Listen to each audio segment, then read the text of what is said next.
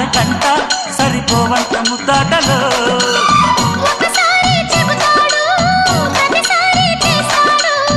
అంటూనే చీపాడు అందంతో రాపాడు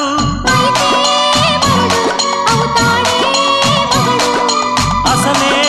రతివి అవుతావే సతివి ఘుంఘుమాయించు కొంచెం లవ్లగాయించు లంచం మన్మధించింది మంత్రం మంచం